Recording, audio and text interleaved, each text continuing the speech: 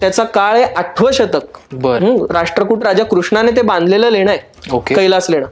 त्याच राजाने पुण्यामध्ये पाताळेश्वर लेणं बांधलेलं आहे, अनेकांना माहिती नाही. सूर्यास्त झाला आणि ते देव गंधर्व सगळे जिथं होते तिथंच ते तिथं थांबले. त्यामुळं तुम्हाला त्या कैलास लेण्यामध्ये सगळे देव दिसतात, ज्यामध्ये तुला रावण त्याच्या 10 हातांनी संपूर्ण कैलास उचलतोय. अख्खं कैलास हलताना दिसत. म्हणजे शिल्प जर तुम्ही बघितलं तर तुम्हाला कळेल की ते शिल्प जिवंत आहे खरं तर, इतके हावभाव काढलेत.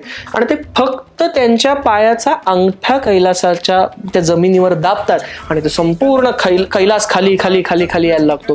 आणि मग ह्या रावणाला ते असह्य होतं, पेलवत नाही आणि मग तो शिवतांडव स्तोत्र गायला लागतो. हनुमान काय करतो तर हनुमंत त्यांच्या शेपटीचं वेटोळं करतात आणि त्यावर बसतात. ही तुम्ही सिरियल मध्ये बघितलेलं आहे, तिथं ते कार्व केलंय. म्हणून त्यांनी त्याचं जे कातडं होतं ते डोक्यावर घेतलं आणि नृत्य करायला सुरुवात केली.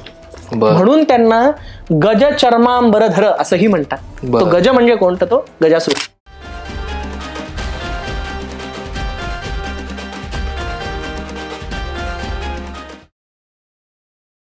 इक्सना स्टुडिओ प्रेझेंट्स आणि कॉस्मोस्टार मीडिया प्रेझेंट स्वीट टॉक्सच्या आजच्या पॉडकास्टमध्ये तुमच्या सगळ्यांचं मनापासून स्वागत.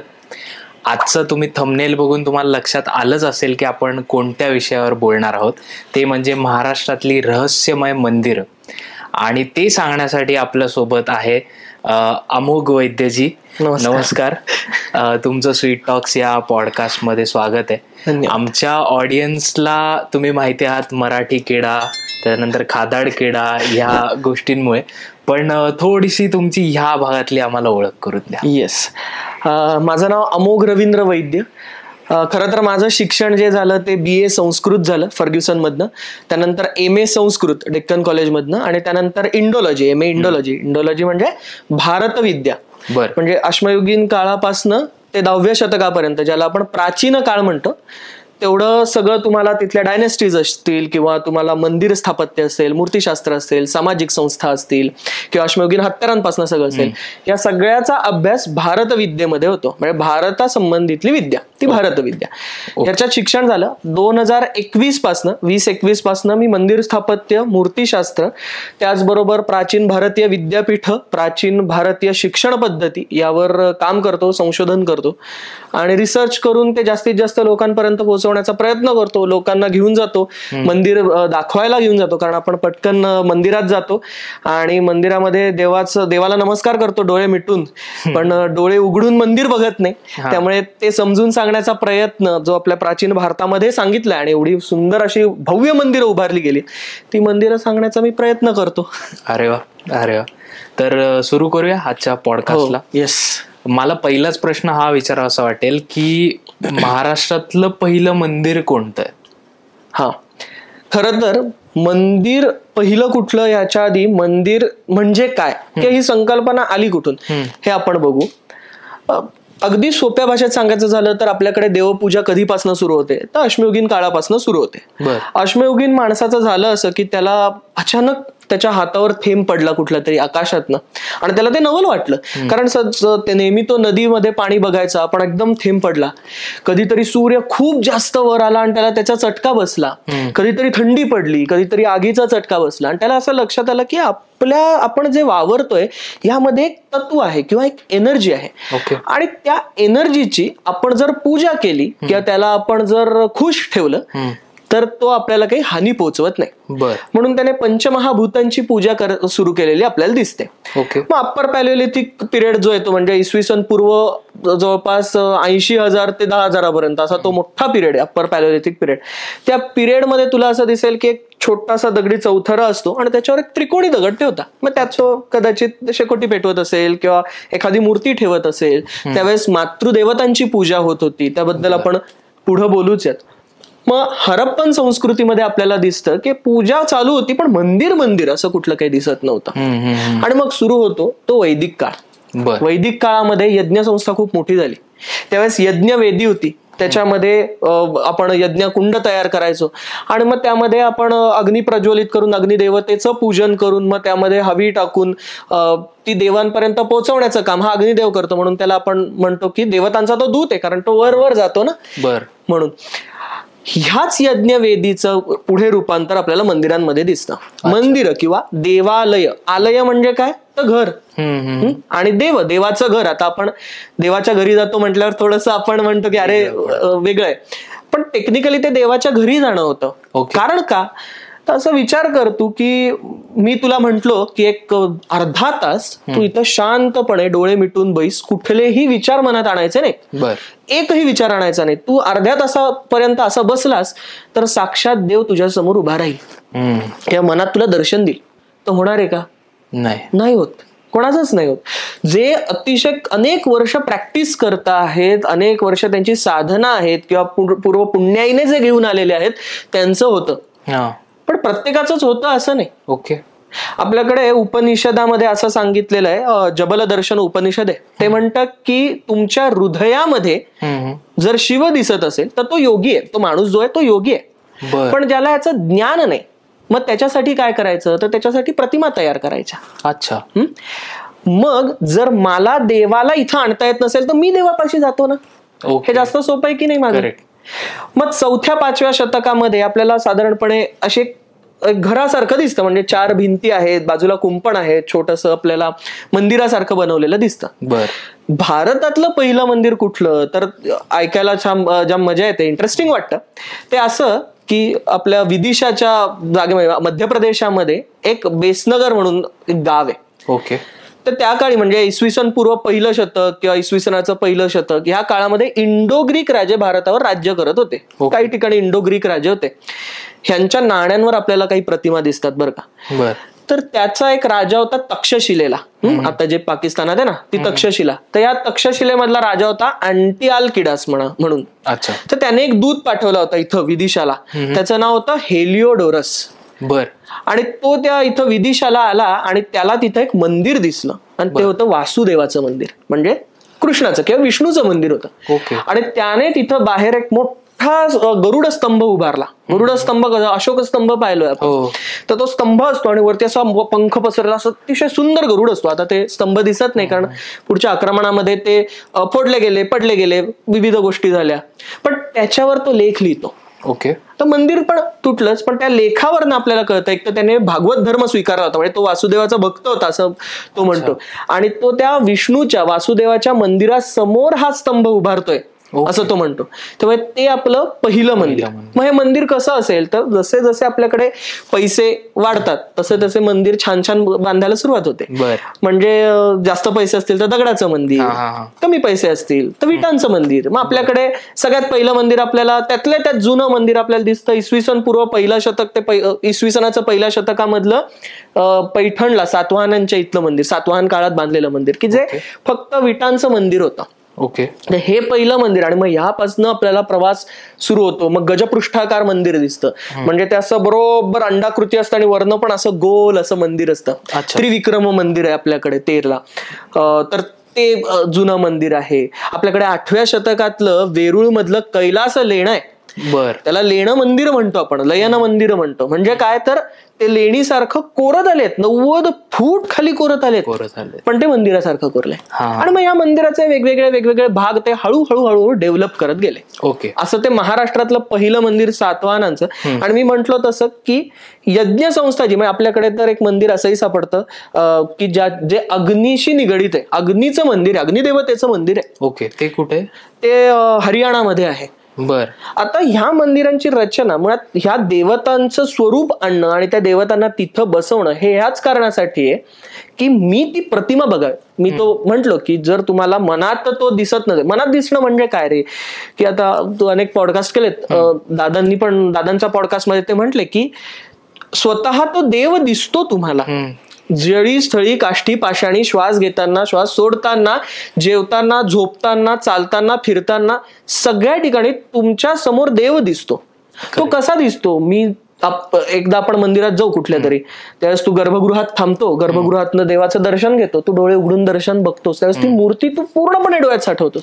मग त्यावेळेस त्याचे डोळे दिसतात सुंदर आहे. शिव असेल तर त्याचं तिसरा नयन दिसतो तुला, किती सुंदर काढलाय. जटा दिसतात, जटा मुकुट दिसतो, त्यानंतर सर्प दिसतो, माळा दिसतात, हातात काय आहे, हे तो बसला कसा आहे, त्यानंतर त्याचं वाहन कुठलं आहे, हे सगळं तुला दिसतं. हे तू निरखून बघतोस, ते डोळ्यात साठवतो. त्यावेळेस तुझ्या मनात एकही विचार नसतो, त्यावेळेस फक्त त्या देवतेचा विचार असतो आणि ती देवताच दिसत असते. हेच फक्त डोळे बंद करून, डोळे उघडे ठेवून चालताना, फिरताना, जेवताना, हे मी म्हंटलो ह्या वेळेस योग्यांना दिसत असते. अच्छा. पण ते दिसू शकत नाही, म्हणून निदान एक 10 मिनिटं किंवा 5 मिनिटं तरी तुम्ही त्या देवाकडे बघा आणि तो काय सांगतोय ते समजून घ्या. मंदिर संकल्पना ही याच्यासाठी आहे की देव जो आहे तो तुमच्याशी अनेक गोष्टींमधनं बोलत असतो. आपण म्हणतो की माझं देव गाराणा ऐकतच नाही, पण तुम्ही देव काय म्हणतोय ते ऐकता का? मंदिरातल्या प्रत्येक छोट्या छोट्या गोष्टींमधनं देव बोलत असतो. ती पद्धत आहे. देव सांगत असतो काही ना काहीतरी. बाहेर इतक्या सुंदर सुंदर शिल्प असतात, त्या प्रत्येक शिल्पाच्या कथा आहेत, त्याचं तात्पर्य. लहानपणापासून आपण रामायण महाभारत ऐकलेलं आहे किंवा पंचतंत्र ऐकलेत, त्या शिल्पकथा, शिल्पपट असतात अख्खेच्या अख्खे, त्याचं तात्पर्य आपल्याला माहिती आहे ना. आता अनेक गोष्टी आहेत ज्या आपल्याला माहिती नसतात. मी खरं तर खूप असं गमतीने सांगतो लोकांना की रामायण महाभारतातल्या गोष्टी मला कधी कधी समजावाव्या लागतात की ही गोष्ट आहे ती ही आहे बघा. मग ते म्हणतात अरे हा पण ही आम्ही ऐकली नाही, ही सांगता का? पुराणामधल्या गोष्टी ही सांगतोस का? मग मी ती पुराणामधली गोष्ट सांगतो. वेराज आता आपल्याकडे बघितलं तर गुगलवर तुम्ही कुठलंही पुराण टाका, मराठी, हिंदी, इंग्रजी आणि आणखीन तत्सम कुठलेही आपल्याला हवे असतील त्या भाषांमध्ये उपलब्ध आहे, पण ते आपण वाचत नाही. म्हणजे आपण ते भगवद्गीता जशीच्या तशी नावाचं पुस्तक आणतो आणि जशीच्या तशीच ती ठेवून देतो, ती कधी वापरत नाही. तसाच प्रकार आहे. मग तो सांगावा लागतो. त्या काळामध्ये असं नव्हतं. त्या काळात वाचन व्हायचं, कीर्तन व्हायचं, प्रवचन व्हायचं. त्यामुळे ते शिल्प बघितलं की त्याचं जे तात्पर्य आहे ते लगेच तुम्हाला कळायचं. त्यामुळे देव काय सांगतो तर ती गोष्ट सांगतो, ते तात्पर्य सांगतो. आयुष्यामध्ये कसं बनावं म्हणजे पर्सनॅलिटी डेव्हलपमेंटचं एक साधन आहे मंदिर, असं मी म्हणतो. Okay okay. मगाशी तू उल्लेख केला कैलास लेणीचा, तर मला तुला 2 जोडून प्रश्न विचारावेसे वाटतील की एकतर लेण्या ज्या स्थापन झाल्या किंवा केल्या गेल्या तर त्याचा पर्पज काय होता, हा पहिला प्रश्न. आणि दुसरा तू जो उल्लेख केला की कैलास लेणीच्या बाबतीत, तर काय आहे हे की त्याची कथा जी सांगितली जाते, ज्याला काय म्हणतात त्याला पण खूप कॉन्स्पिरसी थिअरी जे आपण म्हणतो तशा पद्धतीने आहे. तर तुला काय वाटतं, तुझं ओपिनियन काय आहे त्या थिअरीजवर? येस, पहिले सांगतो की लयन म्हणजे काय, लेणी म्हणजे काय. आपल्याकडे आता खरं तर सगळीकडे बघितलं, एक छोटीशी मी चूक सुधारतो लोकांची. आपण सहज ना एलोरा केव्ज म्हणतो, एलोरा गुहा किंवा गुंफा म्हणतो. गुहा, गुंफा आणि केव्ह ह्या निसर्ग निर्मित असतात, तिथं प्राणी वाघ राहतात वगैरे आपण म्हणतो. आणि लेणं हे मानव निर्मित असतं. लयन म्हणजे काय तर राहण्याची जागा. आता बघ, पुन्हा आपण आपल्या साध्या माणसांचं उदाहरण घेऊ. आपण एका ठिकाणून दुसऱ्या ठिकाणी जातो. तू मुंबईहून निघालास, मुंबईहून पुण्यात आलास आणि पुण्यात तुला सिंहगड रोडने जाऊन स्वारगेटला पोहोचायचंय, बरोबर. पण स्वारगेट थोडंसं दूर आहे असं समज, आणि तुला आता सिंहगड रोडला काही वेळ आराम करायचा आहे. तर तू गावात जाशील का राहायला? नाही, सिंहगड रोडला आराम करशील. तसंच त्या काळातलं पण होतं. एका गावामधनं दुसऱ्या गावामध्ये व्यापारी प्रवास करायचे. आता वर्षा काळामध्ये राहायचं कुठं? तर जर काय गावाच्या बाहेरनं जो रस्ता जातो त्याच्या बाजूला जर आम्ही काही राहायची व्यवस्था केली तर तिथं आम्हाला छानपैकी राहता येईल व गावात जायचा प्रश्न नाही. मग डाकू, चोर ह्यांचाही प्रश्न नाही, कारण ते माझ्याकडे सेफ राहतं, बरोबर की नाही. म्हणून ह्या सगळ्या लेण्या कोरल्या गेल्या. तू जर बघशील तर भारतातल्या मॅक्झिमम लेण्या या ट्रेड रूट वर आहे, व्यापारी मार्गावर आहे. या का? तर ह्याच कारणासाठी की हा तुझा मार्ग आहे सिंहगड रोड, तू सिंहगड रोडवरच थांबशील, गावात जाणार नाही आणि पुढे जाशील. म्हणून आता 3 प्रकारच्या लेण्या दिसतात. एक तुला बुद्धिझम दिसतं, जैनिझम दिसतं आणि हिंदुइझम दिसतं.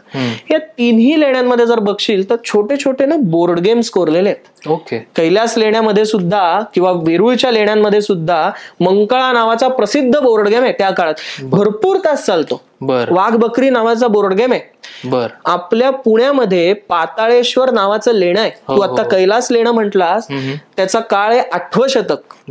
राष्ट्रकूट राजा कृष्णाने ते बांधलेलं लेणं आहे कैलास लेणं. त्याच राजाने पुण्यामध्ये पाताळेश्वर लेणं बांधलेलं आहे, अनेकांना माहिती नाही. पाताळेश्वर लेणं, पाताळेश्वर म्हणजे तो पाताळात असलेला देव आहे. तू जर गेलास तर ती लेणी अशी नाही खोदलेली, ती अशी खाली खोदत गेलेत. एक पाषाणी लेणी ती, ओके, मोनोलिथिक स्ट्रक्चर आहे. बर. तिथं पण तिथं तर सारीपाट दिसतो तुला. अच्छा. द्यूत ज्याला आपल्या भाषेत म्हणतात तो दिसतो, मंकळा दिसतो, वाघबकरी दिसतात, अनेक शिल्प दिसतात.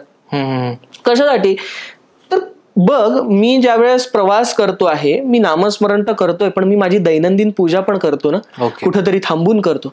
मग मी जर लेण्यालाच देवघरासारखं किंवा देवालयासारखं जर रूपांतर केलं तर ते माझ्यासाठी सोपं होतं. म्हणून जर देवालय बघितलंस लेण्यांमधलं तर विहार असतात, म्हणजे राहायची सुद्धा जागा असते, आणि तुला देवघर म्हणजे पूर्णपणे सभा मंडप, अंतराळ, गर्भगृह हे सुद्धा मंदिरासारखं स्ट्रक्चर लेण्यांमध्ये कोरलेलं दिसतं. आधीच्या लेण्यांमध्ये सुद्धा आणि मग नंतरच्या लेण्यांमध्ये सुद्धा. म्हणजे तू कैलासापासून सुरुवात कर आणि खाली कर्नाटकामध्ये बदामी पर्यंत आहे, सगळीकडे तुला स्ट्रक्चर सेम दिसतं. त्या कारणासाठी लेण्या केल्यात. मग ते बुद्धिझम मध्ये सेम आहे. आता ते व्यापारी नाही बुद्धिस्ट लोक, मग ते काय, ते धर्मप्रचारासाठी फिरायचे, ओके नाही. मग आपले जे विचार आहे ते जास्तीत जास्त लोकांपर्यंत पोहोचवायचे. त्यामध्ये त्यांना संरक्षण लागेल.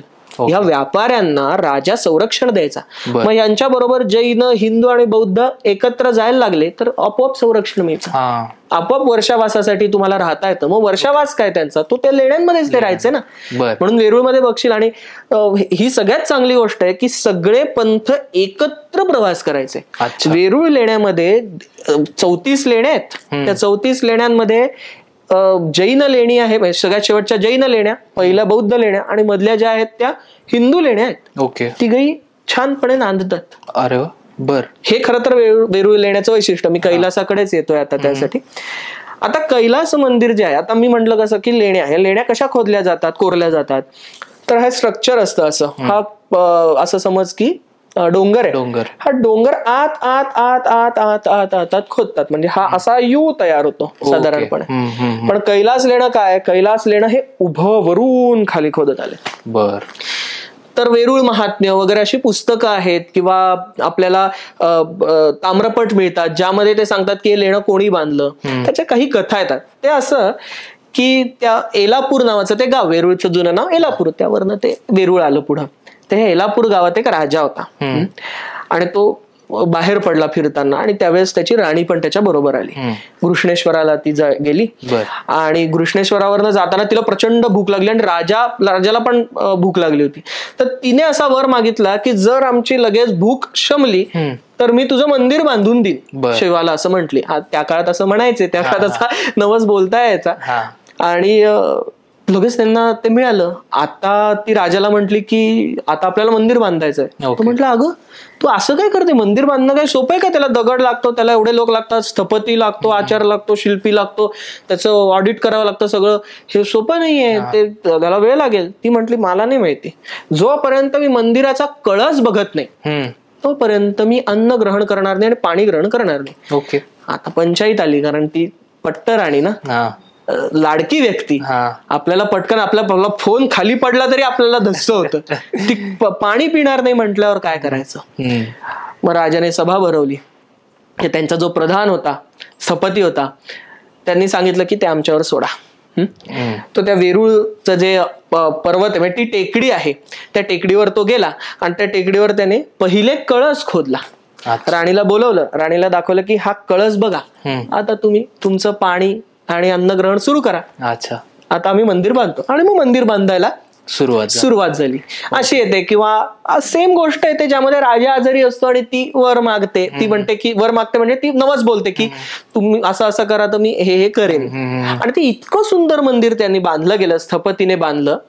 अनेक टप्प्यांमध्ये ते बांधलं गेलं. फक्त कृष्णराजानेच नाही बांधलेलं, तर पुढच्या अनेक राजांनी, अमोघ वर्ष नावाचा राजा आहे त्याने सुद्धा त्याच्यामध्ये भर घातली. असे ते बांधत गेलं. ते इतकं सुंदर मंदिर आहे की एक दिवशी असं झालं की ते सगळे देव पृथ्वी प्रदक्षिणा करत होते, कारण प्रत्येक जण काही ना काहीतरी इच्छा मागतो. आता मी काही बोलत असेल तरी तुझ्या मनात काही ना काहीतरी सुरूच असतं, हो की नाही, की पॉडकास्ट हे झालं पाहिजे, युट्यूब मध्ये एवढे सबस्क्रायबर झाले पाहिजे, सगळ्यांची इच्छा पुरवावी लागतात. समोर कॅमेरामन बसलेत, मागं आणखीन प्रत्येकाची काहीतरी इच्छा असते. त्यासाठी सगळे देव प्रदक्षिणा मारत होते, फिरत होते. आणि ते वेरूळ पाशी आले आणि त्यांचं सगळ्यांचं बोलणं सुरू झालं. अरे काय सुंदर नक्षी आहे, काय पुराण कथा काय सुंदर कोरलेल्या आहेत, अरे हे बघ, अरे ते बघ. आणि त्यांना काही वेळ पुरत नव्हता, ते पटकन शिवांकडे गेले, कारण ते वर्ण बघत होते ना सगळं. तर मग शिवांकडे गेले आणि भगवान शिवांना म्हणाले, आम्हाला ते मंदिर बघायचंय, तुमचंच मंदिर आहे ते. त्यावेळेस हे ज्यावेळेस 12व्या शतकापर्यंत त्या लेण्याचं नाव होतं माणिकेश्वर. अच्छा. कैलास मंदिर थोडस नंतर त्याला नाव आपल्याला दिसतं. तर शिव म्हटले की ठीक आहे, तुम्ही जा बघायला, फक्त म्हणे सूर्यदेव ज्यावेळेस क्षितिजावर पाय ठेवतील त्याच्या आत तुम्ही परत यायचं. बर. कारण सूर्यदेवांनी क्षितिजावर पाय ठेवले त्यांचे, म्हणजे सूर्यास्त झाला तर तुम्ही तिकडेच दगड होऊन राहा. बर. ते बघायला लागले. मग ते एक एक शिल्प जाणून घेत आहेत, एक एक पुराण कथा जाणून घेत आहेत. ही नक्षी बघा काय सुंदर आहे, ही अशा वस्त्रांवर किती सुंदर दिसत असेल, अरे हे पण बघ. मग तिकडचा नाही इथं या, इथं बघा, असं कुठला तरी गंधर्व म्हणत असेल. असं करत करत करत वेळ इतका निघून गेला की त्यांना वेळेचं भान राहिलं नाही. आणि सूर्यदेवांनी क्षितिजावर पाऊल ठेवलं, सूर्यास्त झाला आणि ते देव गंधर्व सगळे जिथं होते तिथंच ते तिथं थांबले. त्यामुळं तुम्हाला त्या कैलास लेण्यामध्ये सगळे देव दिसतात, इतके सुंदर सुंदर. विष्णू दिसतो, रती मदन दिसतात. आपण कैलासाबद्दल म्हणतोय म्हणून थोडस त्या मंदिराबद्दल सांगतो. जातानाच तुम्हाला अष्टदिक्पाल दिसतात. ओके. अष्टदिक्पाल हे मंदिरांसाठी खूप महत्वाचे आहे. ते आठही दिशांचं रक्षण करत असतात. बर. प्राचीन मंदिरं जर बघितलीत 5व्या शतकापासून ते अगदी मी म्हणेन की मेडिवल पिरियड पर्यंत या मंदिरांवर अष्टदिक्पाल करण्याची पद्धत होती. ज्या ज्या दिशांचा तो स्वामी तो तिथं असतो, म्हणजे नैऋत्य दिशेचा, आग्नेय दिशेचा वगैरे वगैरे, त्यांच्या वाहनासकट असतात. कारण मंदिरावर आक्रमण हे सगळ्या दिशांमधून होतं. मग ते मानवी आक्रमणच असेल असं नाही, तर ते शक्ती एनर्जीचं सुद्धा आक्रमण असतं. आजूबाजूच्या परिसरामध्ये अनेक एनर्जीज असतात. आपण ज्यावेळेस यज्ञ करतो किंवा पूजन करतो, घरी सत्यनारायणाची पूजा जरी असेल तरी आपण 8ही दिशांचं पूजन करतो. ते कशासाठी की वेगवेगळ्या दिशांना, एक तर त्यांच्या स्वामींना आपल्याला संतुष्ट करायचं असतं. आम्ही आदर करतो तुमचा, आपण धरणीचा आदर करतो, आपण पंचमहाभूतांचा करतो, तसंच अष्टदिशांचाही आदर करतो. की आम्ही तुम्हाला सगळ्या दिशांमधून आमच्यावर तुम्ही शुभ गोष्टीचा वर्षाव करा आमच्यावर, असं आपण म्हणतो. तेच त्या ह्याच्यात पडे की त्या सगळ्या एनर्जी ते घेतात आणि वाईट एनर्जींना बाहेर ठेवतात. तिथून तुम्ही आत गेलात की तुम्हाला सगळ्यात मोठं स्कल्पचर, म्हणजे भिंती एवढं मोठं स्कल्पचर दिसतं, ते म्हणजे गजलक्ष्मीचं. ते अशी छान पैकी सरोवरामध्ये कमळ उगवलेलं मोठं, त्यात ती बसलेली आहे. शेजारी 2 हत्ती ते पाणी भरतायत, वरती 2 हत्ती आहेत ते तिच्यावर अभिषेक घालतायत आणि खाली त्या सरोवरामध्ये ते पाणी पडतंय. आता आपण हे कळत, अरे वा गजलक्ष्मी आहे, गजांतलक्ष्मी म्हणतात काही, पण गजांतलक्ष्मी वेगळी. गजलक्ष्मी जिच्यावर अभिषेक घालत असतात आणि गजांतलक्ष्मी जी जे तुम्ही गिफ्ट देतात तो फक्त हत्ती असतो, ती गजांतलक्ष्मी. बरेच लोक ही गजांतलक्ष्मी असं म्हणतात. ते ऐश्वर्याचं प्रतीक आहे. तुमच्या घरी ऐश्वर्य असावं, राजासारखं तुमचं व्हावं असं ते प्रतीक आहे. आणि गजलक्ष्मी म्हणजे एक्सलन्सचं प्रतीक आहे. ही गजलक्ष्मी किंवा ही लक्ष्मी म्हणजे कोण, तर ही आपली जी सुक्त येतं, श्री सुक्त ऋग्वेदातलं, ती ही लक्ष्मी. मग ती कशी आहे तर हिरण्यवर्णाम हरिणीम. हिरण्यवर्णम म्हणजे सुवर्णाच्या रंगाची आहे ती. हरिणीम ओढून घेणारी आहे. सुवर्ण रजतस्रजाम, की सोन्याच्या मोत्यांच्या नाही, चांदीच्या अलंकारांनी सुशोभित अशी ती आहे. आणि ती कशात उगवलंय ते कमळ, तर ते चिखलात उगवलंय. चिखल म्हणजे काय तर शून्य. शून्य, काहीच नाही. चिखलात तू काही करू शकत नाही, त्यात ते उगवलं. म्हणजे 0 मधनं तुम्ही लक्ष्मी म्हणजे 100 पर्यंत पोहोचू शकतात, अशी त्याची शक्ती आहे ती. आणि मग आपण म्हणतो की तू आमच्या घरी निवास करावास, माझ्या हृदयात वास करावास, आणि तो फक्त तू नाही यावंस तर त्या चिखला सकट माझ्या घरात यावं, म्हणजे मी सुद्धा हृदयात यावं, म्हणजे मी सुद्धा त्या 0तनं काहीतरी तयार करेन. ती लक्ष्मी दिसते. आता आपण काय करतो, मी म्हंटल तसं की पटकन डोळे मिटतो, अरे लक्ष्मी. ती काय सांगत असते बघा, मूर्तीशास्त्रामध्ये आपण ना प्रत्येक मूर्तीचं डिटेलिंग बघत असतो, कारण त्यांनी कोरलेलं असतं. अरे ते शेवटी त्यांना जर सहज कोरायचं असतं तर त्यांनी अगदी बेसिक कोरलं असतं. त्यांनी एवढे डिटेल कशासाठी कोरले, तर त्यात जिवंतपणा आणायला. तो जिवंतपणा आपण समजून तर घेतला पाहिजे, हो की नाही. तर ते खालचे 2 हत्ती आहेत ना, ते हत्ती पाणी भरत असतात. आता मी तुला म्हंटल की हा हंडा घे आणि खाली हे पात्र आहे पाण्याचं, त्यात पाणी भर. कसा भरशील दाखव बरं. असं आपण कसं दाखव, भरत खरी. काय केलंस तू, आत टाकलंस. म्हणजे काय केलंस, दाब दिलास. हे ऑब्झर्वेशन तुला दिसतं. ते हत्तींच्या हातात हंडा आणि ते त्यांच्या पायाने तो हंडा पाण्यात दाबतात. प्लस त्या सोंडेने तो हंडा असा हलवतात. स्वतःही आनंदित आहेत. ते इतके आनंदित आहेत, ते स्वतःही इतका हालचाल करतात की त्यांच्या पाठीवर घंटी आहेत छोट्या, त्या पुढं मागं हलत असतात. मग त्या अशा हलताना एका ठिकाणी त्या पॉज झालेल्या, कारण कुठेतरी ती फ्रीज होते फ्रेंड. तिथून ते वरती दिसतात, मोठे हत्ती आहेत.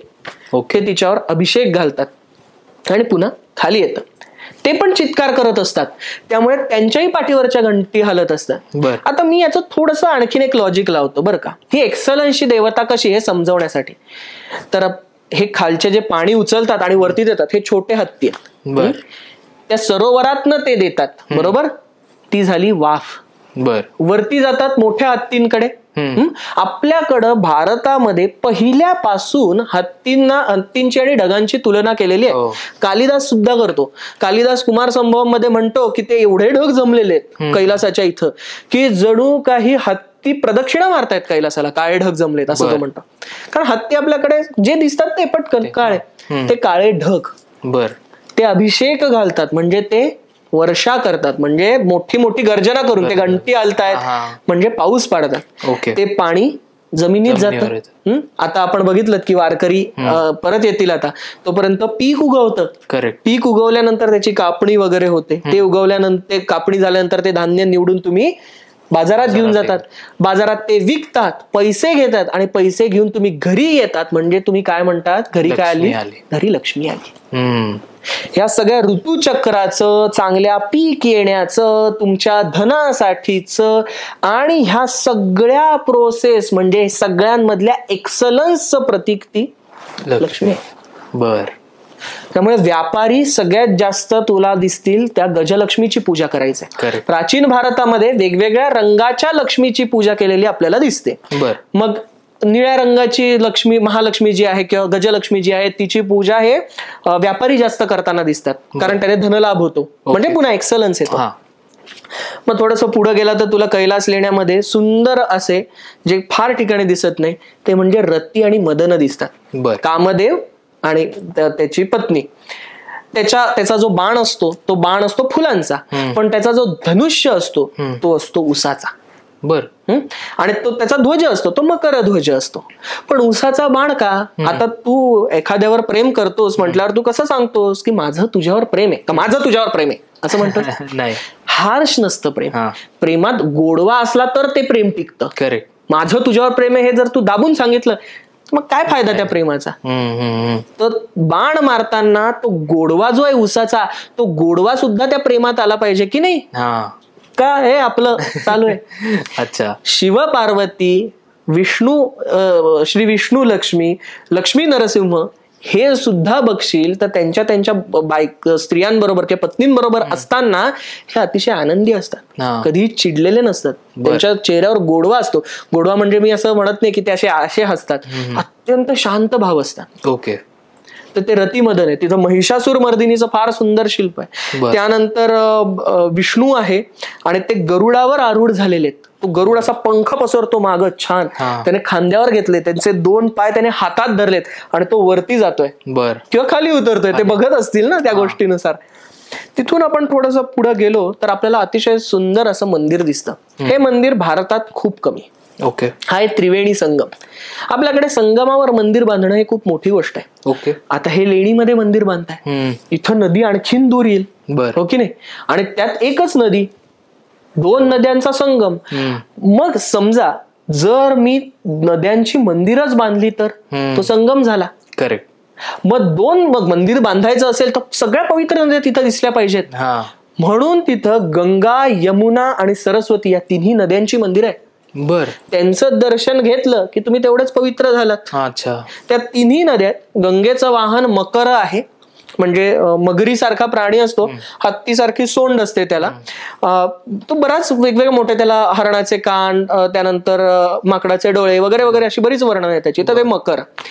यमुनेचं वाहन असतं हे कासव असतं. आणि सरस्वती नदीचं वाहन आपल्याला माहिती नाहीये, त्यामुळे तिथं कमळ काढलेलं आपल्याला दिसतं. आणि मग तिथून आपण एक एक एक एक एक एक शिल्पपट बघायला सुरुवात करतो. मग ज्यामध्ये पुराण कथांमधला रावणाचं शिल्प आहे. रावणाने शिवशंकरांची पूजा करायला सुरुवात केली होती, यज्ञ मांडला होता आणि 108 फुलं तो त्यांना अर्पण करत होता. शिवांनी परीक्षा घ्यायचं ठरवलं, कारण शेवटी भक्ताची परीक्षा घेतली आणि तो म्हटला की नाही मी इथं अडून राहणार, तर तो खरा भक्त आहे ना, कारण तो देवासाठी काहीतरी करतोय. अरे यार झालं का, आता पाऊस आला का, आज नको आता मंदिरात जायला, असं आपण म्हणतो. बरं, आपल्याकडे रेनकोट आहे, छत्री आहे, सगळं असतं. परीक्षा कुठल्याही गोष्टीने बघतात. त्याची काय घेतली परीक्षा, त्या 108 फुलांमधली 10 फुलं गायब केली त्यांनी. आता बघू काय करतो हा. आणायला जातो का म्हणतो की आता जाऊ दे, आता एवढीच फुलं आहेत असं म्हणतो, बघूयात. पण तो परमभक्त आपण म्हणतो शिवशंकरांचा. तर रावणाने बघितलं की अरे हे नाहीये, म्हणून काय केलं, तर त्याचे जे मुख आहेत, तोंड आहेत, ते शिरकमल आहेत, म्हणून त्याने 10च्या 10 तोंड कापायला सुरुवात केली. आणि मग शेवटचं 10वं तोंड जो कापत होता त्यावेळेस शिव प्रकट झाले आणि त्यांनी त्याला वर दिला. पण आता शिल्प बघ, त्या शिल्पामध्ये त्यांनी जे तो कापतो की नाही, तशी 10 तोंडाशी लाईनीने गोल अशी काढलेली आहेत. मध्ये शिवपिंडी आहे. खरं तर शिवपिंडी असं म्हणायला पाहिजे किंवा शिवलिंग म्हणायला पाहिजे. आपल्याकडे लोक शिवपिंड म्हणतात, पिंड नसते ती, पिंडी किंवा लिंग असतं. तर त्या शिवपिंडी भोवती अशी आहेत आणि तो 10वं कापतोय. त्या 10च्या 10 चेहऱ्यांवर शांत रस आहे आणि भक्तिभाव आहे, आनंदी चेहरे आहेत ते, सोप्या भाषेत सांगायचं झालं तर. का, कारण ते त्यांना त्रास होत नाही, कारण ते देवाच्या इथं जात आहे. ह्याला म्हणतात समर्पण. मी म्हंटल ना की देवता तुम्हाला काही ना काहीतरी सांगत असते. ते काय सांगते, तर समर्पण सांगते. तुमचं संपूर्ण समर्पण असलं पाहिजे. मग हा देह नश्वर आहे हे तुम्हाला लक्षात आलं पाहिजे. मी माझ्या देवासाठी जर एक कमी पडत असेल तर हे काय आहे, तोच जर हे सगळं घडवतो तर मग हे त्यानेच घडवलेलं आहे, बरोबर देऊन टाकू. बर, ते एक शिल्प आहे. एक फार सुंदर आहे. शिव आहे आणि उमा म्हणजे पार्वती आहे आणि शिव त्यांना त्याच्या हातामध्ये आत्मलिंग आहे. म्हणजे शिवाचाच रूप आहे. खरं तर प्रतिरूप नाहीये, साक्षात शिवच आहे तो. बर, ती सृष्टी आहे असं आपण म्हणतो. आपल्याकडे सांख्य तत्वज्ञानामध्ये पुरुष आणि प्रकृती एकत्र आले की त्यातनं सृष्टीचा निर्माण होतो असं म्हणतात. पुरुष म्हणजे कोण आहे, तर साक्षात शिव आहे. आणि प्रकृती म्हणजे कोण आहे, तर पार्वती आहे.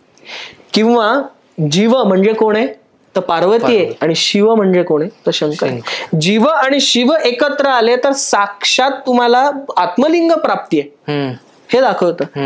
आणि मग एक इंटरेस्टिंग स्कल्पचर असं आहे की ज्यामध्ये शिव वीणा वाजवत आहेत, पार्वती शेजारी बसलेली, ते खांद्यावर हात टाकता. बर, आता मी जो रिसर्च केला त्यामध्ये मी हेच सांगितलं, हे शिव पार्वती, विष्णू आणि लक्ष्मी, ब्रह्मदेव आणि कधी कधी सरस्वती असेल तर सरस्वती, किंवा नरसिंह आणि लक्ष्मी नरसिंह, ज्या ज्या देवतांबरोबर शेजारी त्यांच्या पत्नी असतात की नाही, त्यांचं मॅक्सिमम लक्ष हे त्यांच्या पत्नीकडे असतं. बर, प्रायोरिटी म्हणतो की नाही. देवाचं सांगणं, मी म्हणतो ना की देव काय सांगतो तुम्हाला, की तुम्ही घरी गेल्यानंतर, आता आजच्या काळामध्ये माझे बरेचसे मित्र आहेत, सायकोलॉजिस्ट आहेत, ते कपल काउन्सिलिंग वगैरे घेतात. त्यातली पहिली गोष्ट ते सांगतात ते म्हणजे कम्युनिकेशन. तू बघशील तर ते एकमेकांशी बोलत असतात, सांगत असतात. पार्वती वा वा असं म्हणत असते, असा हा ते शिल्प काढलेलं आहे तिचं, वा वा म्हणत असते. हे काय, हे कम्युनिकेशन आहे. करेक्ट. तो कदाचित तो सांगत असेल, अगं तुला सांगतो आज काय झालं, तो आज वाजवून दाखवतो, आज तुझ्यासाठी वेळ ठेवलाय बरं का मी, आपण दोघं आज बसायचंय. एवढा व्याप आहे. तू विचार कर, स्थिती, त्यानंतर संहार आणि तयार होणं, पृथ्वी तयार होणं, सृष्टी तयार होणं, हे सगळं ज्यांच्या हातात ते सुद्धा थोडा वेळ काढतात. तू हे बघ, लक्ष्मी आणि विष्णू बघ, आपल्याकडे सहज पटकन बोलून जातात की स्त्रीला पायापाशी बसवलं हे असं.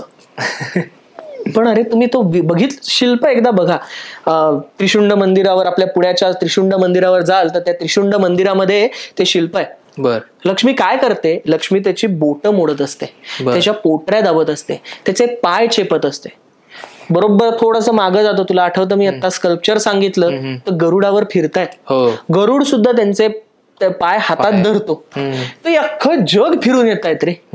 ते अख्खं जग फिरून आल्यानंतर, सगळी कामं करून आल्यानंतर गजेंद्र मोक्षासारखे की एखादा माणूस काहीतरी बोलवतं, हे धावून जातात. धावून जाणं आपण म्हणतो ना, की अक्षरशः कुठंतरी त्याला वाचवायला काहीही करतील असा तो देवता आहे. करेक्ट. आपण त्याला खूप वेगळं करतो पटकन, पण तो जवळ आलाय आपल्या ना. एवढं सगळं केल्यानंतर ते घरी गेले असतील, घरी त्यांनी जेवण केलं असेल असं आपण म्हणू, अगदी माणसासारखं. आणि शेषनाग काय, तर त्यांची शयनाचं ठिकाण आहे ना, तिथं ते पडले असतील, ती पाय दाबून देत असेल. त्यावेळेस म्हणजे हे मी जे सांगतोय हे अध्यात्म थोडंसं वेगळं आहे. म्हणजे जे दर्शक आहेत त्यांनी थोडंसं माफ करा, कारण मी म्हंटलो तसं की प्रत्येकाने, सामान्य माणसाने यातनं काही ना काहीतरी घ्यायचं असतं. अध्यात्म तर आहेच, कारण अध्यात्म हा हिंदू धर्माचा अत्यंत महत्वाचा घटक आहे. करेक्ट. अध्यात्म हे हिंदू धर्मातनं कमी झालं तर खूप अवघड आहे. मंदिरात जाणं कमी होईल. आता जात आहेत, मला खूप आनंद होतो लोक मंदिरात जातात याचा, पण ते कमी होईल. पण मी हे जे सांगतोय हे दैनंदिन आयुष्यासाठी देव काय सांगतात तशा पद्धतीने सांगतोय. अध्यात्म तर आहेच, त्या अध्यात्माबद्दल आपण पुढे बोलणारच आहोत. त्यावेळेस सुद्धा, आता मी खूप दमलोय ग, मला झोप येते, मला काही सांगू नकोस असं नाही म्हणत. ते असं ठेवून तिच्याकडे बघत असतात, तिच्याशी बोलत असतात. कदाचित तेही म्हणत असतील, अगं आज मी गेलो, तुला काय सांगू, आजचा यज्ञ इतका सुंदर झाला, तो राजा यज्ञ करत होता, किंवा आजच्याही याच्यामध्ये तो माणूस यज्ञ करत होता. कदाचित असंही असेल. करेक्ट. त्यामुळं पहिलं म्हणजे कम्युनिकेशन, हे सगळं सांगतात. बरोबर.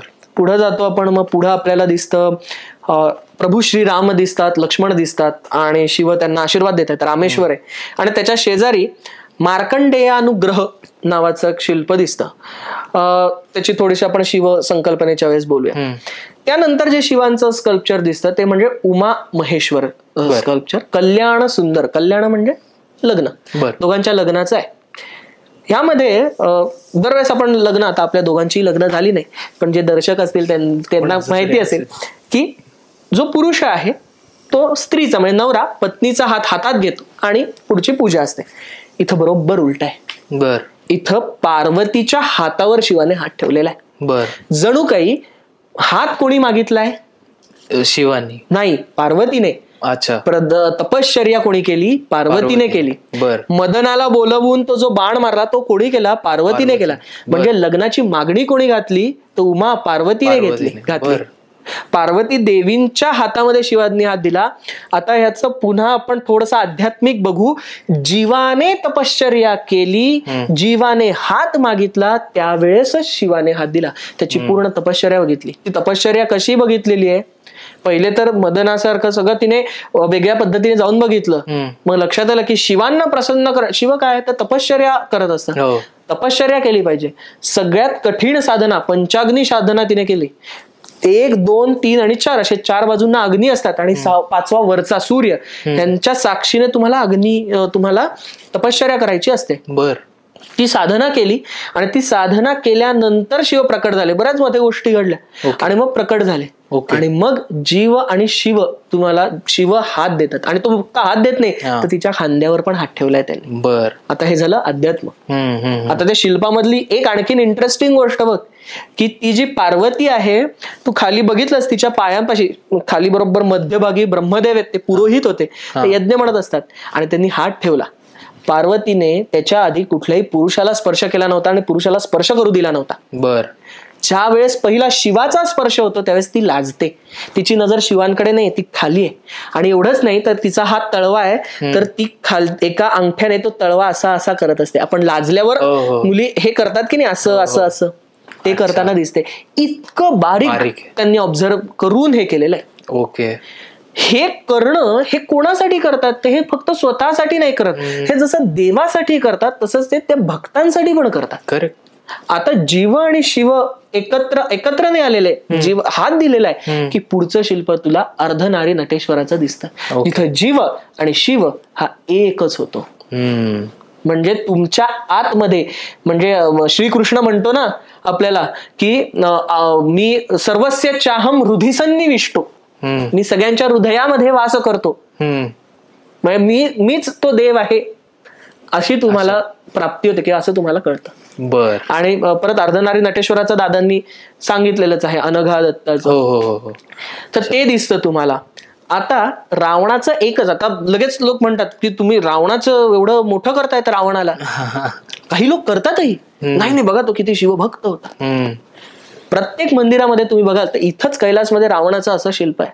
पुढचं शिल्प काय आहे रावणाचं, तर तो शिवलिंग उखडताना शिल्प आहे.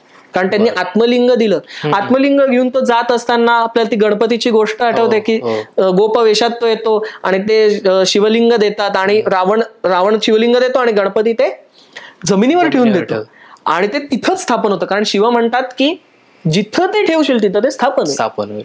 आता ह्याला ते टेन्शन करत त्याने कैलास पर्वत उचलला होता रे तेवढ्यासाठी की ते हे परत ते शिवतांडव स्तोत्र. आता मला हे घेऊन जायचं, मला माहिती नाही, तर त्याने ते उखडायचा प्रयत्न केलाय. बर.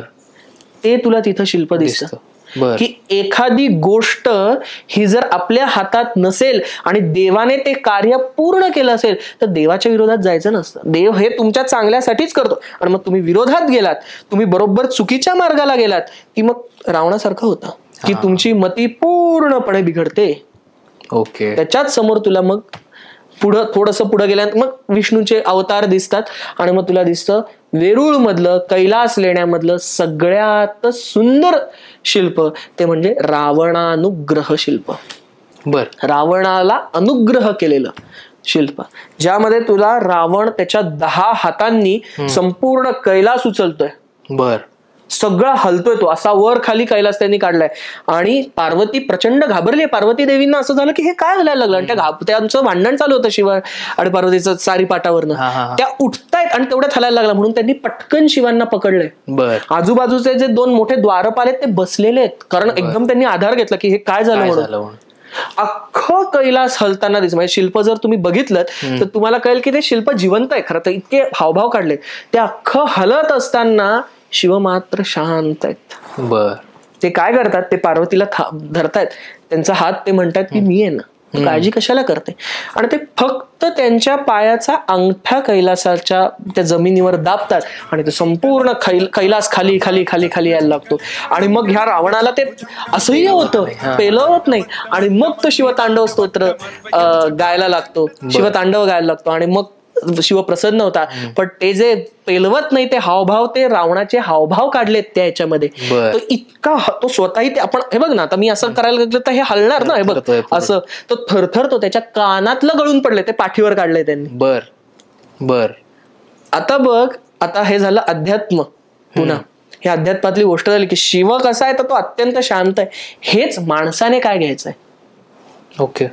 माझं घर, माझ्यावर कुठलंही आलेलं संकट, एक तर म्हणजे माझा देवावर पूर्ण विश्वास पाहिजे. जर तुमचा देवावर विश्वास असेल तर तुम्ही संकटामध्ये पॅनिक होणार नाही, एन्झायटी येणार नाही, अरे बापरे हे अजिबात होणार नाही. आणि मग तो देव कसा आहे तर ते तुमच्या जीव आणि शिव मी म्हंटलो तर देवाकडनं आपण काय घ्यायचं तर ते शांतपणा घ्यायचा आहे. की माझ्या घरावर जरी संकट आलं असलं तरी मी स्थितप्रज्ञ राहिलो, मी शांत राहिलो तर मला योग्यच मार्ग मिळतो. आतापर्यंत आपण बघितलंय की पॅनिक मोड मध्ये निर्णय घेतलेले हे आपल्या वयामध्ये तर अचानक होतातच आपल्या ह्याच्यामध्ये. पण शांत ह्याच्यामध्ये महाभारताच्या ह्याच्यामध्ये अर्जुन ज्या वेळेस पॅनिक होतो की अरे हे सगळ्यांना कसं करू, तो हे होतं, वॉबल होतो. भगवान श्रीकृष्ण त्याला भगवद्गीता सांगताना मुळात पहिले शांत करतात. त्याचे निर्णय हे त्यानेच घ्यायचे, पण ते निर्णय मी घेतोय असं म्हटल्यावर तो म्हणतो की देव शांत आहे, देव असं करतोय ना, मग मी माझ्या पद्धतीने करतो, देवाच्या पद्धतीने करतो. म्हणजे करेक्ट करेक्ट. तुम्हाला शांत होणं गरजेचं आहे. एवढं सगळं आपलं घर आलं असूनही तो किती शांत आहे शिव, हे तिथं येतं. बर. आणि मग येतं जे मी म्हंटल होतं मध्ये तुला की ते रामायणाचा संपूर्ण रामायणाचा पट आहे. आपल्याकडं मॉडर्न आता मी पण सुद्धा वाचतो कॉमिक बुक्स. अच्छा. ते कॉमिक बुक्स जे आहेत ना, एन्शंट कॉमिक बुक्स आहेत. पण हे रामायण कसं आहे बघ, आपल्याकडे एकच श्लोकी रामायण आहे. काय येते, माफ करा मी स्वरात नाही किंवा छंदात म्हणत नाही, आदौ राम तपोवनाधिगमनम हत्वा मृग कांचनम वैदेही हरणम जटायु मरणम सुग्रीव संभाषणम वाली निर्दलनम समुद्र तरणम लंकापुरी दाहनम पश्चात रावण कुंभकर्ण हननम एतद्धि रामायण. मी मुद्दामून छंदात किंवा ह्याच्यात नाही म्हटलं, कारण लोकांना ते सगळं समजून सांगण्याच्या पेक्षा पटकन कळून जाईल काय. तर तुला ते रामायण हे ते सगळे तिघही ह्याच्यावरनं अयोध्येवरनं निघताना सुरू होताना दिसतं. अयोध्येचं मोठं दार आहे, पहिले ते दशरथांचं सुमंतांचं आशीर्वाद घेतात आणि निघतात. टू खालपर्यंत आहे आणि मग त्यात महत्वाची आहे शूर्पणखा आहे, खरं दूषणांचं युद्ध आहे, सप्त झाड आणि वालीवध आहे की 7 झाडांच्या आडून बाण मारला होता रामाने. कारण वाली म्हणला की सुग्रीव म्हणला की वाली कसा आहे तर सूर्यास्ताच्या पहिले तो सागर पार करून परत येतो, एवढा तो पॉवरफुल आहे. तो समोरच्याची शक्ती स्वतःकडे घेतो लढताना, एवढा पॉवरफुल आहे. तुम्ही त्याला कसा राहणार, तुमच्यात मर्यादा पुरुषोत्तम तुम्ही कसं करणार. त्यांनी एक बाण काढला, सलग 7 झाडं होती आणि 7 झाडांवरून आला, ते 7 झाडं छेदून एक बाण गेला. आणि मग सुग्रीवाला पटलं की बरोबर आहे. आपण उगाच ह्याच्यावर विचारला. मग सगळे शोधार्थ निघतात, मग त्यांना तो समुद्र दिसतो, समुद्रावरनं हनुमानाचं उड्डाण आहे, मध्ये ती राक्षसीण भेटते, त्या राक्षसीणीच्या तो पोटात जातो, पोट फाडून बाहेर निघणारा हनुमान दाखवलाय. मग तो लंकेत जातो, लंकेत तो अशोक वाटिकेत भेटतो, मग नासधूस करतो. एवढंच नाही तर तो दूत म्हणून जातो ना, बिभीषण म्हणतो की दूताला मारणं अयोग्य आहे आणि हनुमान म्हणतो मी दूत आहे, मला उच्चासनावर बसव. रावण म्हणतो चल मी बसवत नाही. हनुमान काय करतो तर हनुमंत त्यांच्या शेपटीचं वेटोळं करतात आणि त्यावर बसतात. ही तुम्ही सिरियल मध्ये बघितलेलं आहे, तिथं ते स्कार्व केलंय, ते कोरलेलं आहे. असंच आहे की तो रावण बसलाय आणि त्याच्यासमोर शेपटीचं वेटोळं करून उच्चासनावर असे बसलेले. त्यानंतर लंकादहन. म्हणजे मी तर ते लंकादहन एवढं आहे, तिथं एक मंदिर काढलंय, गोपूर काढलंय आणि प्राणी काढलेत. आपल्या गीत रामायणामध्ये पेटवी लंका हनुमंत नावाचं ते गाणं आहे. गदी माडगुळकरांनी अक्षरशः कदाचित वेरूळला जाऊन बघितलं का काय असं वाटेल असं आहे की ते तो हे भडके मंदिर पेटे गोपुर द्वार कडाडून वाजे भेसुर रडे ओरडे तो अंतपुर चालला नगर चेतवीत पेटवी लंका हनुमंत. आणि तुला अक्षरशः तेच दिसतं. आणि तो असा वरती नाचत असतो, शेवटची ओळ आहे नाचतो अनल मूर्तिमंत, असा तो दिसतो तुला तिथं. आणि मग शेवटी तुला लंकादहन झाल्यानंतर रावण आणि कुंभकर्णाचं हे दिसतं. आणि बरोबर बाजूच्या साईडला तुला महाभारतही दिसतं. महाभारतामध्ये मॅक्सिमम तुला युद्ध शिल्प जास्तीत जास्त दिसतात. ह्याला अर्जुनाला जे पाशुपत अस्त्र मिळालं होतं, त्या पाशुपत अस्त्राची एक स्कल्पचर दिसतं की दोघं किरीट म्हणजे स्वतः शिव आणि अर्जुन यांची भांडणं, यांची मारामारी, आणि मग अर्जुन पाया पडतो आणि मग ते त्याला पाशुपत अस्त्र देतात. ते अभिमन्यू आहे. आणि खाली आहे तो दुर्योधन लपलेला दिसतो तुम्हाला, पाण्यामध्ये दाखवतात. तो इतका सुंदर कार्व केलाय की पाण्यामध्ये दुर्योधन जर तुम्ही नीट बघितला तरच दिसतो, नाही तर तो पाण्यामध्ये लपलेला वाटतो. आणि मग दोघांचं युद्ध आणि महाभारत संपतं. मग मधली पट्टी सोडलेली आहे. आणि मग महाभारताला नंतर हरिवंश नावाचं खिल पर्व जोडलं गेलं, ज्यामध्ये कृष्णाच्या गोष्टी येतात. तर प्रभू श्री कृष्णांच्या सगळ्या गोष्टी तुला कार्व केलेल्या दिसतात. असं सगळं वेरूळ बघून तू वरती जातो. हे फक्त मी खालचं सांगतोय, वेळेचं तर आहेच यामध्ये. मी खरं तर 4 तास फक्त आम्ही वेरूळ बघतो, दाखवतो आणि त्यातले अगदी थोडेच सांगतोय. वरती जातो, वरती मग सगळं दर्शन घेतो. आत पिंडी आहे, ती नंतर बसवलेली पिंडी आहे. घटपल्लव नावाच्या गोष्टी येतात. चित्र आहेत सुंदर. अहिल्याबाई होळकरांनी सुंदर त्याला चित्र केली होती. इतकं सुंदर वर्णन येतं.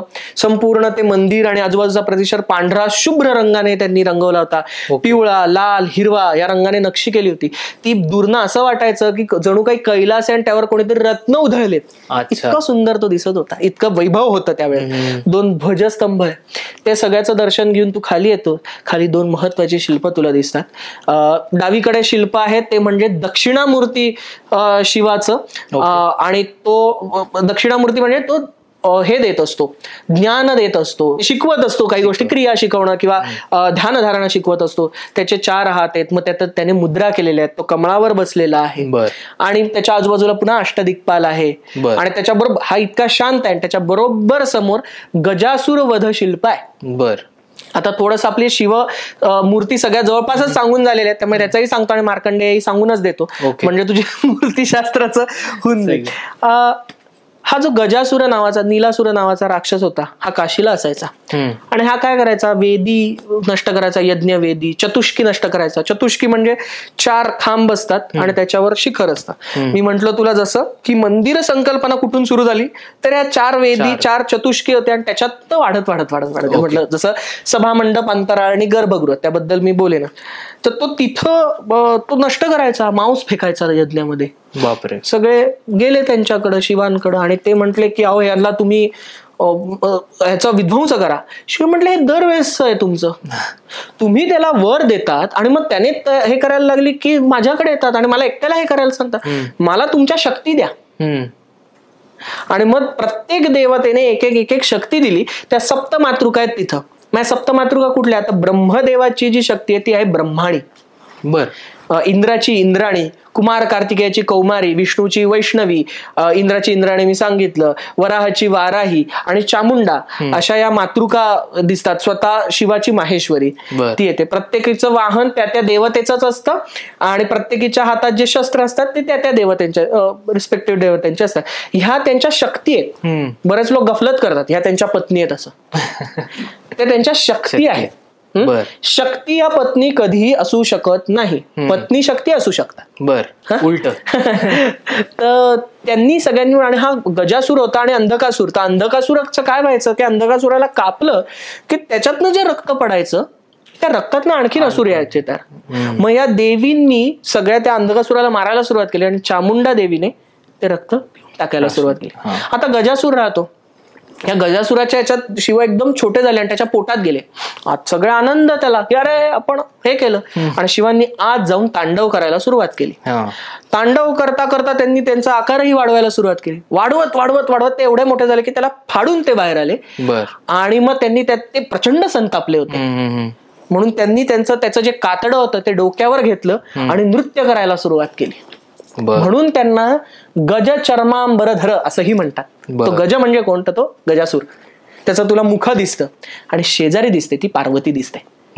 पार्वती शिवांकडे अशी बघते आणि ती वळलेली, तिचं मुख असं आहे पण बॉडी अशी आहे. ओके. ती कशासाठी, ती बघायला गेली होती हे सगळं की हे माझा जो पती आहे, पतिदेव आहे, ते पराक्रम कसे गाजवतात. आणि ते उग्र रूप आहे. तू बघशील ते शिल्प, डोळे मोठे, तिसरा नेत्र उघडलेला आहे, जटा अशा पसरलेल्या आहेत, अशा अक्षरशः अशा कोरल्या आहेत जटा. हातामध्ये त्याचा दात पकडलाय, खटवांग वगैरे अनेक गोष्टी आहेत. ती घाबरून निघायला लागली. त्यावेळेस ते तिची हनुवटी जी आहे ती अशी त्यांच्याकडे होतं, अक्षरशः अशी आहे. ते म्हणतात तुझ्यासाठी मी शांत आहे, काळजी करू नकोस.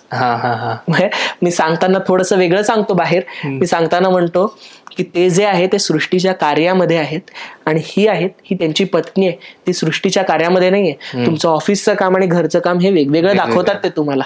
अच्छा.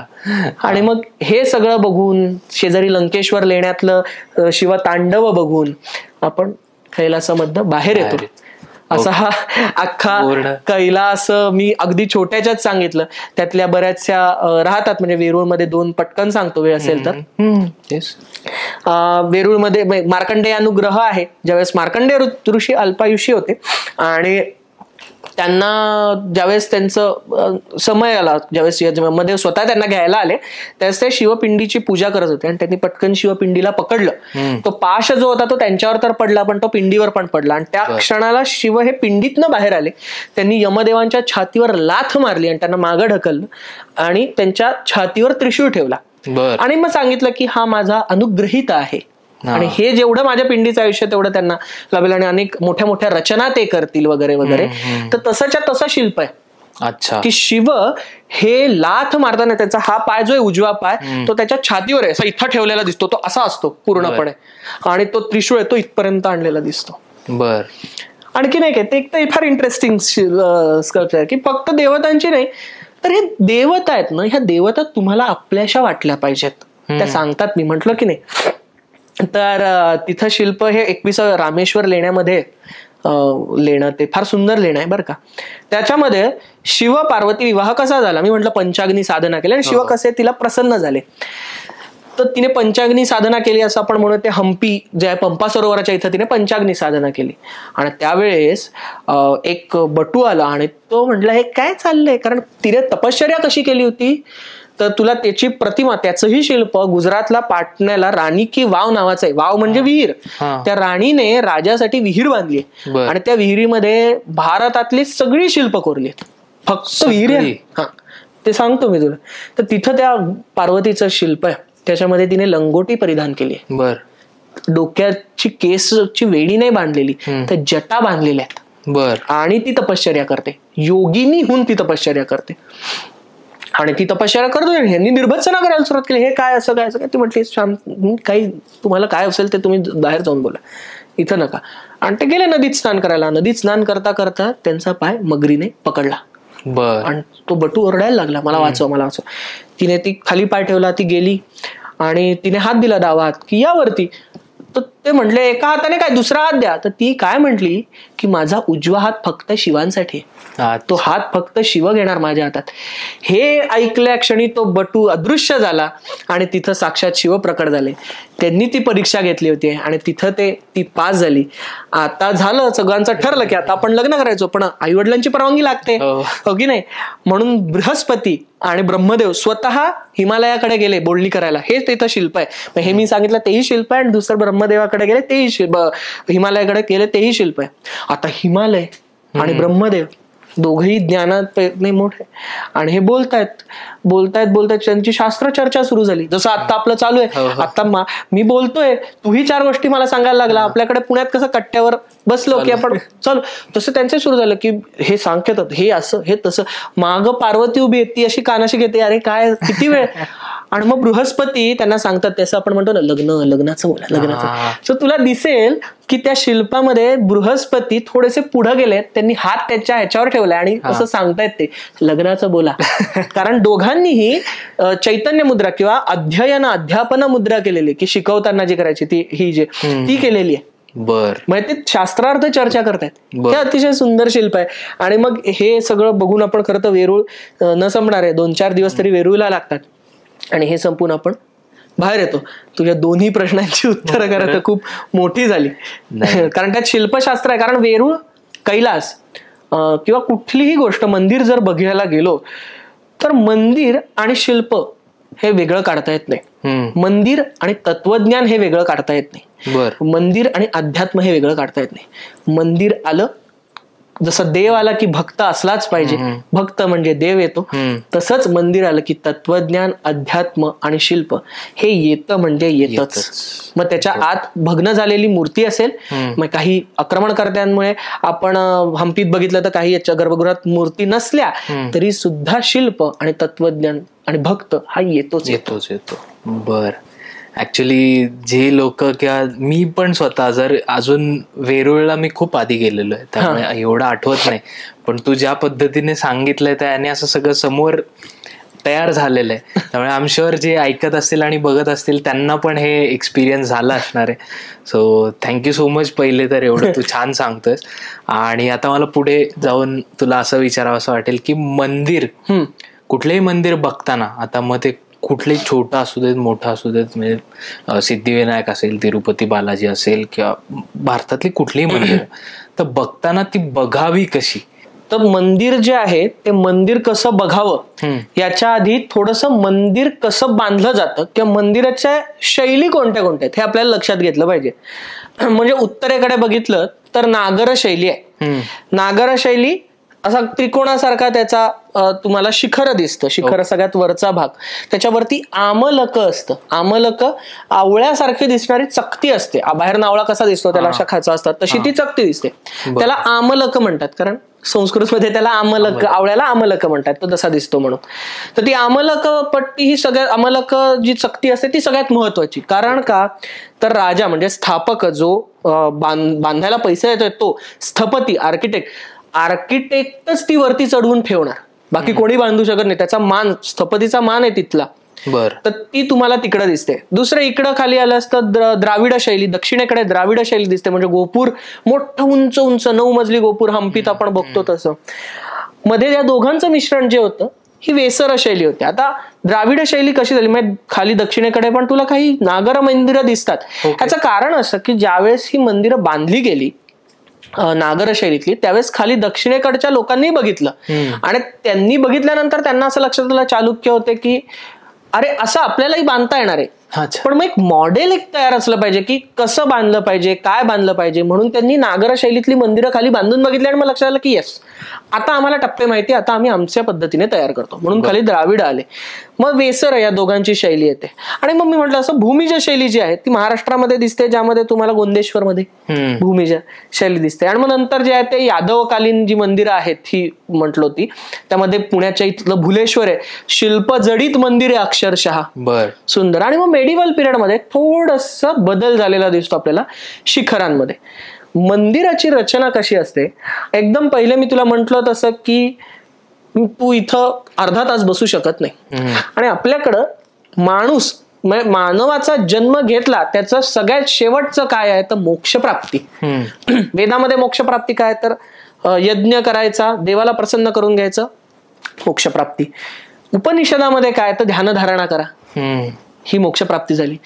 पण मी तुला हेही म्हटलं की जबल दर्शनामध्ये काय म्हटलं झालं, जबल दर्शन उपनिषदामध्ये काय म्हणतात की जर तुम्हाला ते करता येत नसेल तर त्यासाठी प्रतिमा उभारायची. मग थोडक्यात देवापर्यंत जायचं म्हणजे स्वर्गापाशी जायला पाहिजे तू. मग आपल्याकडे दिसतं त्या पायऱ्या, मग त्या वर्णाश्रमाच्या पायऱ्या आपण ओलांडतो आणि वरती जातो. मग पहिले येतो आपण दक्षिणेकडे गेला असता मणिमंडप असतो, छोटा मंडप, आणि मग नंतर येतो तो सभा मंडप किंवा रंगमंडप. आपण रंगमंडपाबद्दल नंतर बोलू, पण सभा मंडपाबद्दल सांगतो. या सभा मंडप आणि त्याच्या आजूबाजूला काही पृथ्वीवरची शिल्प असतात, ज्याच्यामध्ये रामायण असतं, महाभारत असतं, कोंबड्यांची झुंज असते, मल्लयुद्ध असतं, लग्न असतं, बकऱ्यांच्या झुंजी असतात, बोकडांच्या सॉरी, हे सगळं तिथं असतं. म्हणजे तुम्ही कुठं आहात आता, पृथ्वीवर आहे. थोडंसं पुढे गेल्यानंतर तुम्हाला सूर्यसुंदर दिसतात, अप्सरा दिसतात. त्यानंतर थोडं पुढे जातात, सभामंडप ओलांडून तुम्ही जातात अंतराळामध्ये. थोडस आधी तुम्हाला नवग्रह दिसतात, ग्रहांपाशी येतात आणि मग जातात अंतराळामध्ये. अंतराळ शब्द सोपा आहे, कळायलाही सोपा आहे, स्पेस काही नसतं तिथे. आणि तो अंतराळात तुम्ही थांबल्यानंतर समोर बघतात त्यावेळेस तुम्हाला दिसतं ते म्हणजे गर्भगृह. आणि त्याच्या इथं असते ती द्वारपट्टी किंवा द्वार शाखा, ज्याच्या इथं गंगा यमुना ह्या हंडे धरून असतात. तुम्हाला तिथं व्याल शाखा दिसते, तुम्हाला नरशाखा दिसते, तुम्हाला सिंहांची शाखा दिसते, तुम्हाला यक्ष दिसतात. व्याल म्हणजे ओके, व्याल हे तुम्हाला जास्तीत जास्त व्याल हे तुम्हाला दक्षिणेकडे दिसतील. हम्पीवर असं मोठा प्राणी असतो, त्याचे हात वेगळ्या प्राण्याचे असतात, त्याला पंख असतात. काही लोक त्याला ड्रॅगन म्हणतात, एन्शंट ड्रॅगन असं आपल्याकडे सांगितलं जातं. तर व्याल हा प्राणी अनेक प्राण्यांपासून एकत्रित बनलेला प्राणी आहे. मग गजव्याल असतो, अश्वव्याल असतो, मृगव्याल असतो, की त्याचा चेहरा सिंहाचा किंवा अश्वाचा किंवा बॉडी अश्वाची, चेहरा वेगळा, कान हरणासारखे, पंख असतात त्याला पक्षाचे, डोळे वेगळे असतात, शेपूट वेगळी असते.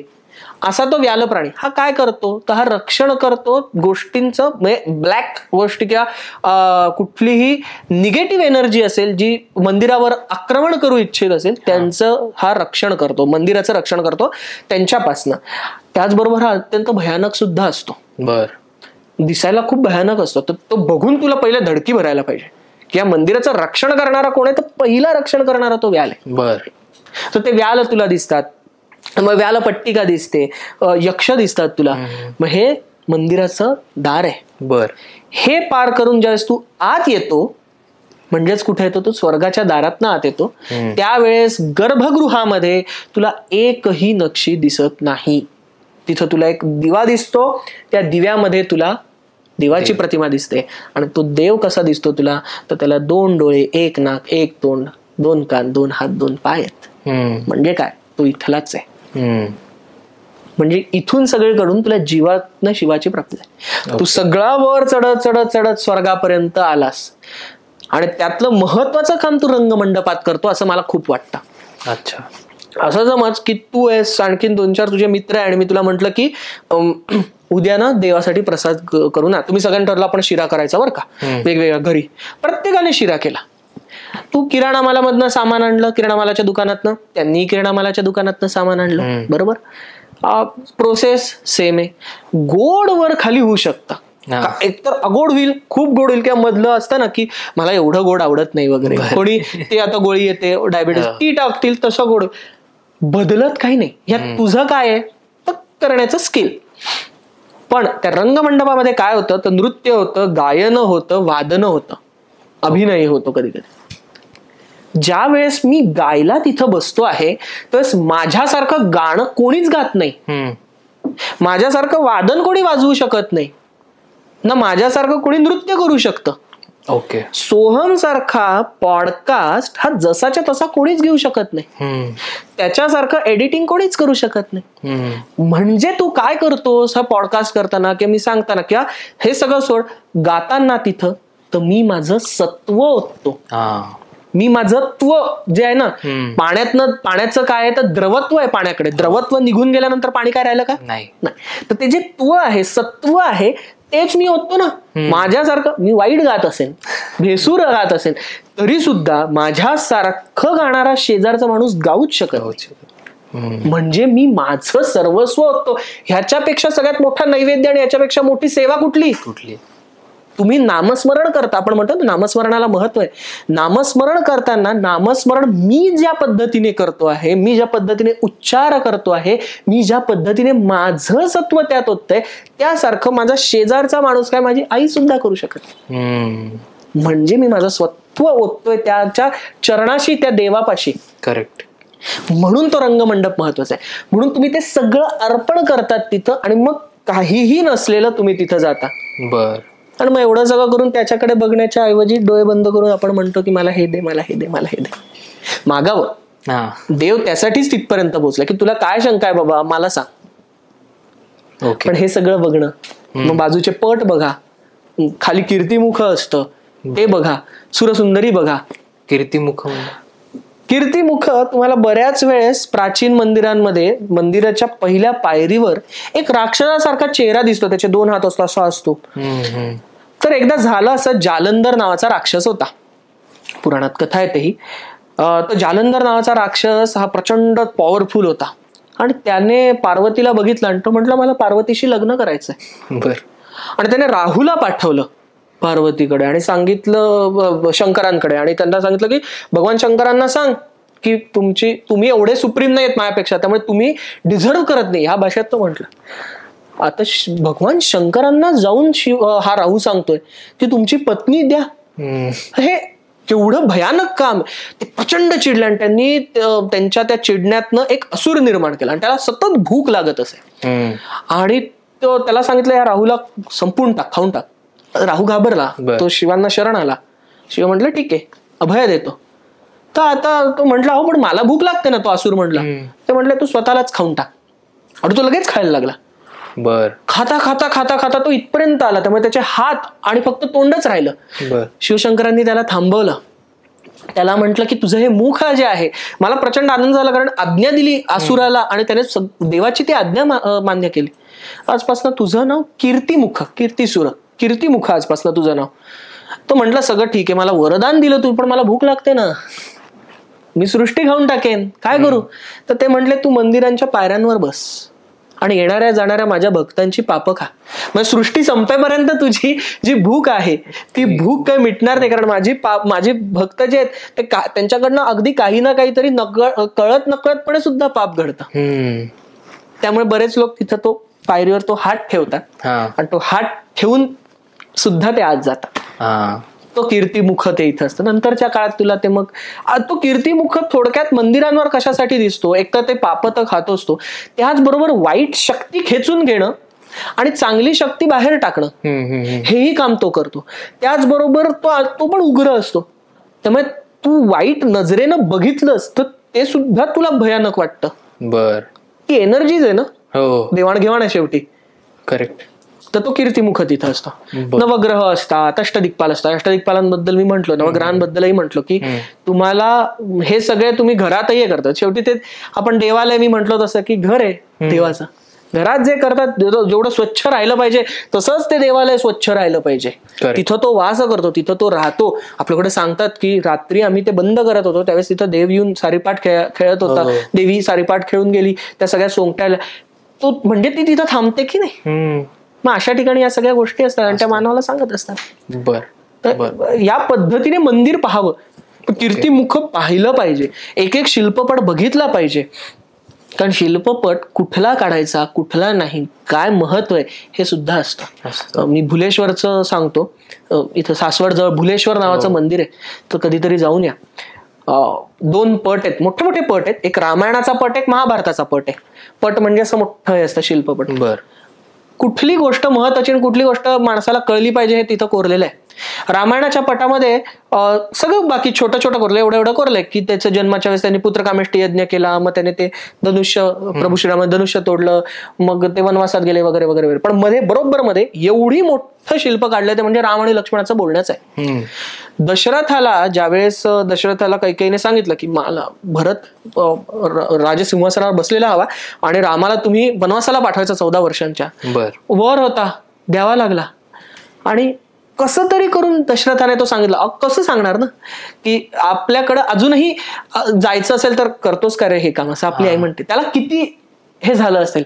त्याला सांगितलं की तू बघ, तू कर, जावं लागेल तुला. तो लगेच हो म्हटला. तो म्हटला ठीक आहे, काही हरकत नाही. आणि तो निघाला आणि लक्ष्मण प्रचंड चिडला. तो म्हटला की हे हूच करू शकतं, एका स्त्रीच्या स्वतःला हवंय, राज्य हवंय स्वतःच्या मुलाला, म्हणून एवढं. आणि तो रामाकडे गेला आणि तो म्हटला तू नाही म्हण, तू बस सिंहासनावर. राम म्हटला की नाही, मी वडिलांच्या आज्ञेचं पालन करेन.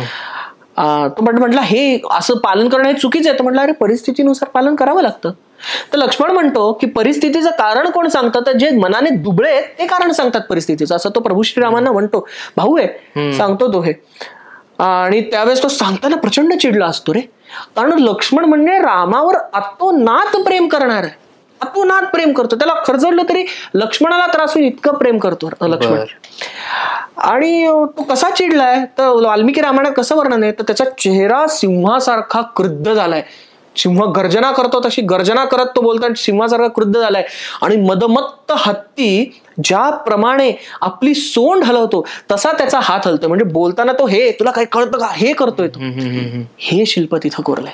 त्याचा हात हा रामाच्या इथपर्यंत आलाय, राम उभा आहे आणि त्याचा हात इथपर्यंत आहे आणि चेहरा अत्यंत क्रुद्ध काढलेला आहे. ह्या दोघांचा संवाद कळणं आणि ह्यात समजून घेण्यासाठीच आहे की परिस्थितीचा विचार कोण करतं. मग राम त्याला काय समजवून सांगतो की मर्यादा पुरुषोत्तम राहणं म्हणजे मी हा नियम घातलेला आहे त्याचप्रमाणे मी घालेन असं नाहीये.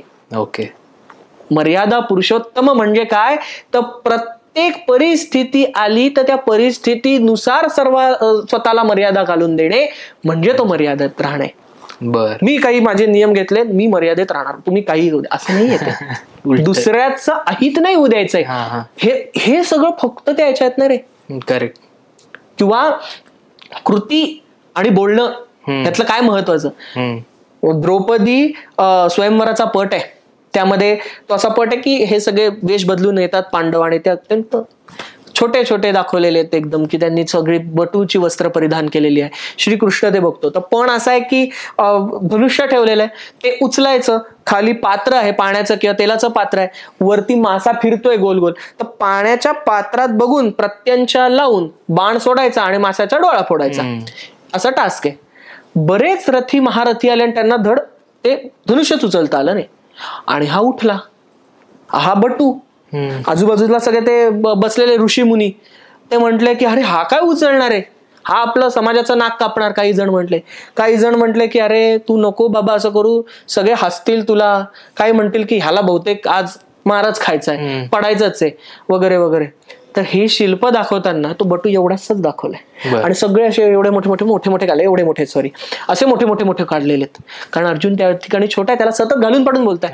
पण तो काय करतो, तो फक्त धनुष्य उचलत नाही, प्रत्यंचा लावत नाही, तर पण पूर्ण करतो. तो धनुष्याला बाण लावून तो वरती त्या डोळा फोडतो. करेक्ट. त्यानंतर जी तो त्यांनाच नमस्कार करायला जातो, कारण ते मोठे सगळे ऋषीमुनी आहेत ना, त्यांना नमस्कार करायला जातो तो. आणि द्रौपदी त्यावेळेस ते छोटे आणि तो मोठा काढलेला आहे. का, कृती महत्वाची. तो असा नाही झाला अरे बापरे सगळे बोलतायत आता मला आता काय करायचं, मला सांगितलंय मला ती कृती करायची, ते कर्म करणं माझं कर्तव्य आहे, मी ते करणार. आणि ते केलं, शांत राहून केलं. हे एवढ्याशा एका शिल्पातनं तुला कळतं. मला गोष्ट सांगावी लागली आत्ता, कारण ते बघू शकत नाही. बरं, बऱ्याच वेळेस सांगावी लागते कारण शिल्प ओळखता येत नाही ना आपल्याला, म्हणून, कारण आता तिची झीजही झाली. पण ह्यातनं किती गोष्टी आपण घेऊ शकतो. बरोबर. ह्या गोष्टी तुम्हाला दिसतात. सुरसुंदरी दिसतात तिथं बघा, भुलेश्वरला सुरसुंदरी. सुरसुंदरी म्हणजे काय? हा सांगतो. सुरसुंदरी अत्यंत कमालीची गोष्ट मंदिरावर कोरलेली आहे. बर. अत्यंत सोप्या भाषेत गोष्टी सांगणाऱ्या अप्सरा आहेत त्या, असं समज. प्रतिनिधी काही ना काही ना गोष्टीचं प्रतिनिधित्व करतात. त्यात दर्पण सुंदरी आहे, डाल मालिका आहे, मर्कट सुंदरी आहे, शुक सारिका आहे, अशा बऱ्याच आहेत.